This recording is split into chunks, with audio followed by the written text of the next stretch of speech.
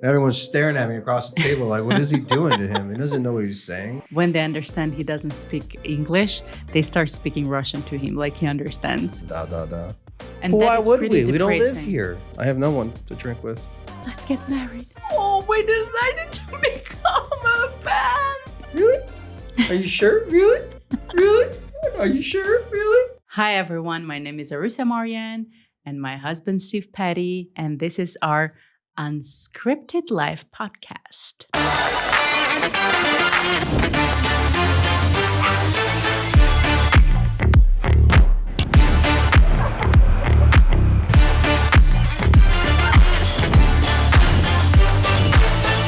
Thank you for watching us again. Today we're going to talk about, let's say... The aftermath of 2 months in Armenia going through IVF. The big reward besides just beer. The reward of going home back to beautiful Los Angeles. Yeah, I miss LA.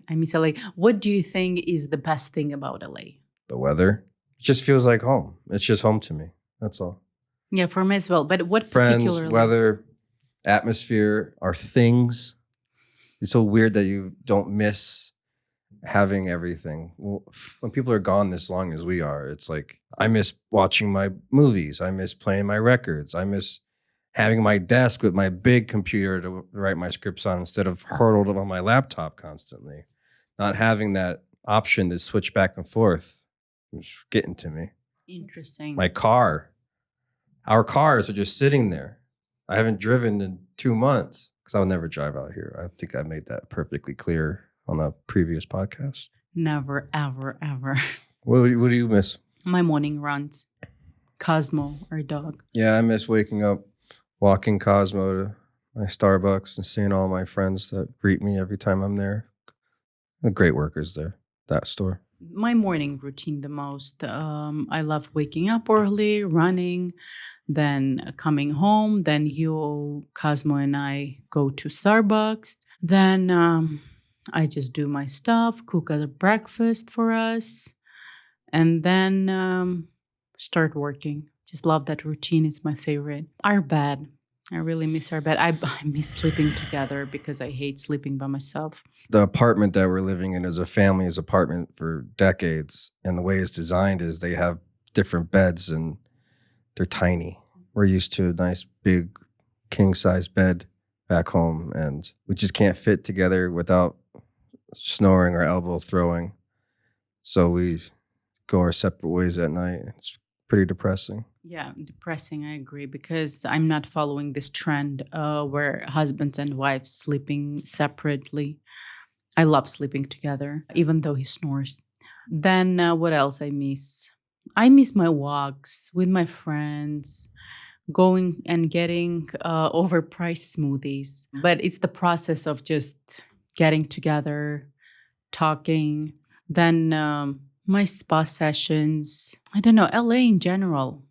You know, going to Soho, just meeting new people. I just love all that. I think for me, it's events. Yeah, I think for me, being here, yeah, you can they have Yandex, which is like the Uber out here. I can go places, but like I don't have the freedom to even walk outside and go. Like we're used to restaurants, coffee, shops, middle of our neighborhood. It's all right there. So I feel kind of isolated, even though I have the freedom to go everywhere, but I don't really, besides a couple places all the time because they're friendly there. They speak English. Their food is a variety of all types of Armenian mixed with American and everything. I don't go to a lot of places out here because I don't want to run into the awkward, I can't speak to anybody. All the countries I've been to, most of the time, somebody can get by with a little bit of English or they speak English. But here it keeps me from going out a lot. I don't know. No, I miss that. I just miss having the freedom to get in my car and go to Hollywood or go to Pasadena or just anywhere. Yeah, that's a huge thing. Feels like it was a long time ago, since December 15th. And it's February, 20th. So we haven't been home in a long time. Yeah, long time. I agree. Yeah, I think it's territorial safety. It's very, it builds up over time. You can't be territorially safe right away. So it's normal that you feel what you feel because it has to build up. When I first moved to Gibraltar, then London, then before that Moscow, then LA, it took me a while before I started going past places I feel safe. For example, even the Hollywood Boulevard, I used to like walk until, I don't know, Dolby Theater, then a bit further, then a bit further, a bit further. So then I start turning left. So opening up new territories for myself. It always takes time. There are several layers of safety that each person has. Territorial safety is a thing because you have to, yes, there are people that they just have to explore right away. But there are people like us, more introversial people that need just step by step. And that's also fine. We all are different. I'm also not ready to, let's say, discover certain territory right away faster than I can process. But it's safe in Armenia. That's the best thing. And if someone is not, the funniest thing, when they understand he doesn't speak English, they start speaking Russian to him like he understands. My grandpa spoke Russian to him all the time on the event, on my dad's, how do you call it in English? 10 years? 10-year anniversary of him, and then he passed. Yeah, so my grandpa was sitting and talking Russian to Stephen all the time. And he's an older man, so like older people, when they talk, you don't understand what they're saying. I thought he was speaking Armenian to me the whole time. No, he was speaking Russian, and he was convinced that you understand Russian. I don't know where he got that from, because I don't. Because for older, I understand a little bit, but when it's muffled like that, and like it's a very old man speaking, I have no idea. Just knock, just do like, yeah. Well, I was, but then he thought I was understanding him, so he kept going and going and going. And everyone's staring at me across the table like, what is he doing to him? He doesn't know what he's saying. And that's funny. Yeah, my grandpa is funny. My grandpa has so many cool stories because he used to be a scientist in like Armenian sort of NASA. He was the metrologist. Meteorologist. No, metrologist, I think it's metrolog. So they used to basically, wait, metrologist, I won't translate it. GPT will help me with that. Of course it will. GPT, скажи, пожалуйста, метролог. Как перевести на английский? Вот мой дед был метрологом. Метролог переводится на английский как metrologist. То есть ты можешь Meteorologist. No, metrologist? Metrologist? Am I saying it wrong? Wait. Let him finish. Metrologist. Yeah, I was right. Meteorologist. So can you explain what metrologist is? A metrologist is a specialist in the science of measurement. They work on ensuring that measurements are accurate, reliable, and consistent, whether that's in industry, science, or even everyday things like weights and measures. In short, they help make sure everyone's measurements match up. So yeah. So he's like a scale and a ruler. No, I think it's more than that, especially according to the fact that he worked and for some sort of like, not Russian, but Soviet NASA. And also he worked for Ministry of Defense. So they were doing all measurements and for military things and for like NASA things. So he used to be one of the like top one metrologist in Armenian USSR and like in top 5 metrologists of the USSR.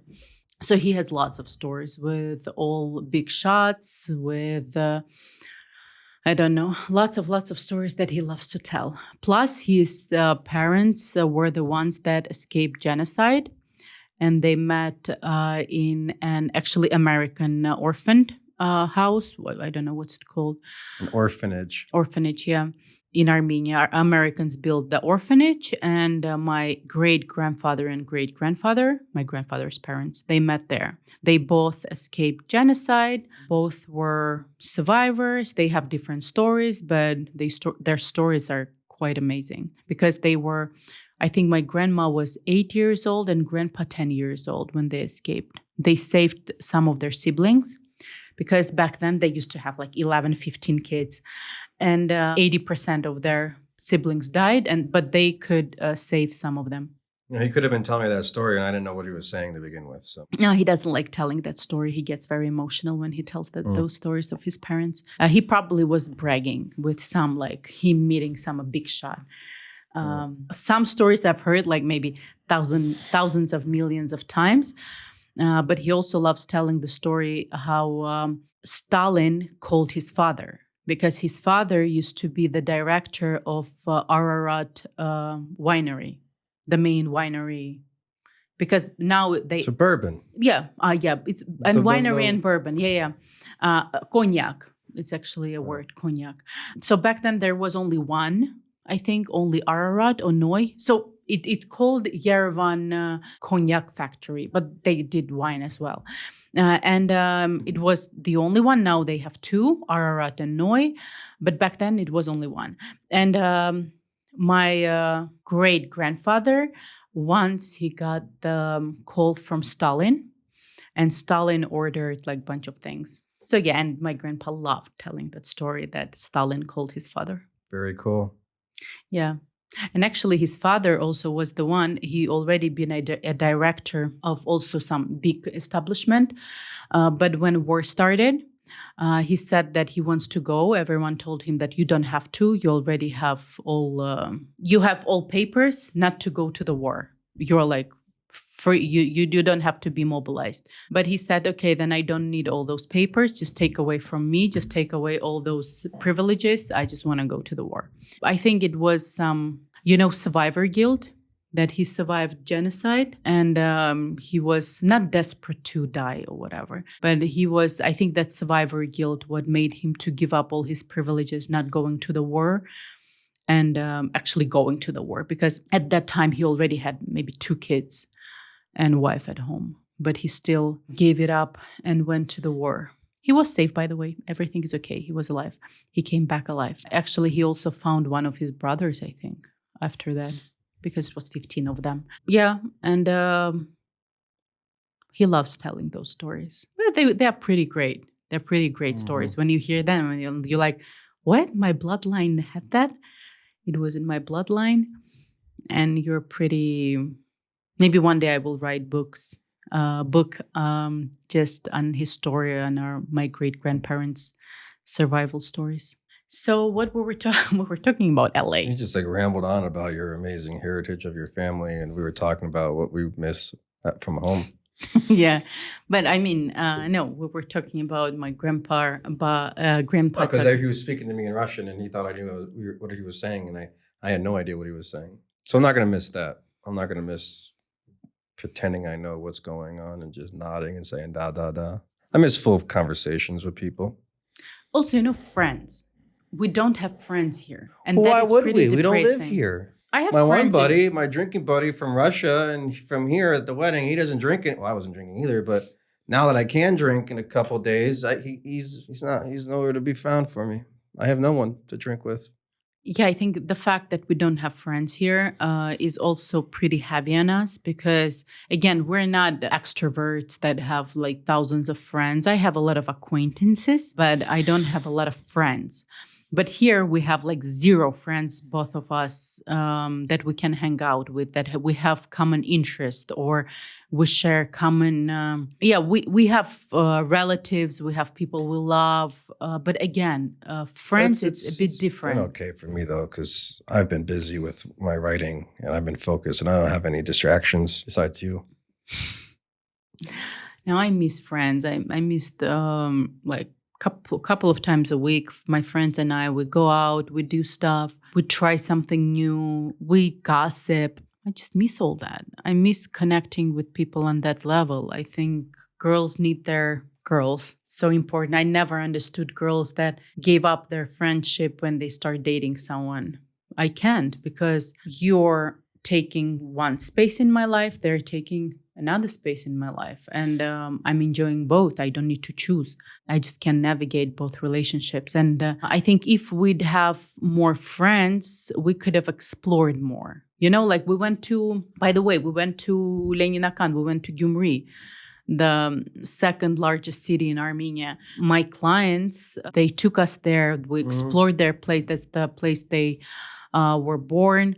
and we explored that place. So that's what I'm saying. When you have friends that have certain interest in this country, they can open up that for you. But because we were limited and we didn't have those people in our lives, so that's why Armenia was very limited for us. We saw only what we knew or we could see, right? Because, I mean, I have never lived in Armenia, right? I only came here for summer when I was a kid for 3 months, or I don't know, I came when I grew up. But again, it wasn't like living here. So I don't really know a lot. I also been a constant tourist in my birth country, you know? And because of that, we saw only what tourists could see. And maybe a bit more because we've been here for longer. But if we'd have friends, each of them could have opened up their world to us. So we could have seen more places. When I came here when I was 21, and my most of my friends, they were in the music industry in Armenia, I explored a lot of jazz bars, a lot of where musicians go, where some very unique folklore bars. Just, it was very different. It was probably the best time in Armenia I've ever had when I was 21. Other than that, we didn't have those friends. So no one opened up those worlds for us, you know? Well, that's all coming to an end now. We'll be gone in a couple of weeks. Back to reality. But we're going to do a little vacation. Yeah. Let's do a vlog about that vacation. Yeah, we'll do it. Yeah. We won't tell you about that vacation. It's going to be fun. Stay in America, though. We're staying in America. Yeah. We're staying in the US because also this year is the year of my American passport. So I cannot be out of the US more than 6 months during the year. And so far I've been away for 3 months, 1 month in November, 2 months now, 2 months when I will come to put those eggs inside. It's going to be 5 months. So we have 1 more month. Just don't want to risk it in case if I will need to stay in Armenia for a bit longer time. In August, I can apply for my citizenship. That's when they're going to ask me all those questions. Where have I been? You ready for that? Yeah, I mean, I've been really good. I've been counting my days. I've been... No, I mean, take the test to become an American. He really thinks that I can't memorize 3 questions. You're telling me there's only 3 questions? What are they? I don't know. No, it's more questions. It's just, they're easy. It's like, how many stars on an American flag? 50. How many stripes? 13. It's like not that hard. When was the Declaration of Independence signed? 1,000. Okay, well, you got some studying to do, girl. Yeah. I definitely will do it. There are people that helping you to prepare for the citizenship test. I'm really excited because... It's not going to be me. No, it's not going to be Just like you. how we cheated on your other test. No. You're not going to use me. By the way, I never went to dating. that school. We were dating at the time. Yeah, and I never went to that school. You did the test, but it was too expensive because I didn't make enough money, and it was $2,500 per month, and that was pretty much all my income. I couldn't give it up, even less. Maybe I was making $1,500 during the COVID, so I couldn't give it up for that course. So unfortunately, yeah, I passed on it. But yeah, no, that test you actually have to go and pass, and the officer will ask you questions. You answer those questions. It's not an online test. It's a like proper test. But again, I'm not worried about that test. It won't be something. Then my days, I've been really good with my days. I've been counting my days. This year probably will be the most travels because of the IVF. And yes, nothing has been violated. I've done good with taxes, with everything, within my EB1 petition. Yeah. But if they won't give me the citizenship according to my EB1, I have you as a backup. It was all about, wasn't it, marrying an American? And no, by the way, Backup. When I decided to stay and I understood that we fell in love and I didn't want to do the marriage case, that's called what's it called? Bride visa. So I didn't want to do that. Is that what it's called? Yeah. So I didn't want to do that bride green card, marriage green card, because I didn't want our relationship to depend on my documents, because that's how I would rob myself from having proper relationships. I always would think like, oh, I can't shout at him because of my papers. I'll send you right back. Right back where you come from. Yeah, that's why I did EB1. It's extraordinary. And I've been a TV and concert producer, music producer for pretty much all my life. And I had a really good case. Obviously, that case won. And I got my my green card because of the EB1 case. I could have got married.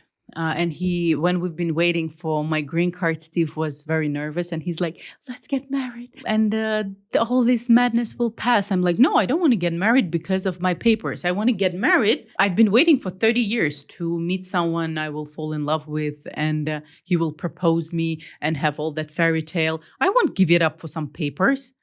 Am I crazy? No, so we have a proper love story. We've been dating for a year, living together 1 more year. And on a 3rd year, he proposed me. 4th year, we got married. Yeah. 2020, we met. 2021, we started living together. 2022, he proposed me. 2023, we got married. And now 2026, we're together happily. The 6th year, by the way. Mm-hmm. And I think everything was the way it should be. We never rushed. We never did anything because of some horrible reasons. Everything was real, and I really cherish it that we had real relationships. I had real proposal. That wasn't a proposal for documents, for a green card. It was a real proposal because he wanted to. I didn't expect that, and I was really shocked. I think I asked thousands of times, are you sure? Yeah, you did. So that was very important for me not to do anything for documents because I never was desperate. I had a really good life in Europe, so there was no need for me to move somewhere without a reason, and you were the reason. Do you know the main reason why I proposed to you where we were? Yeah, I know, because that was our first date. No, but you know why I took you there for the first date to begin with? Why? Because I love doors. Because where we were in Venice Beach, on that part of the sand, is where Ray Manzarek and Jim Morrison came together, and he read his poetry, and they decided to become the band. Oh, we decided to become a band. Yeah, because you're sitting there in that diagonal right there is where all the main buildings are. I'm close to it. So it's doors oriented reason. I was almost right. But that's cool. Yeah, we also decided to become a band for the rest of our lives, but without obviously drugs and madness as doors. And it's already, I'm 35, he's older. So we passed 27.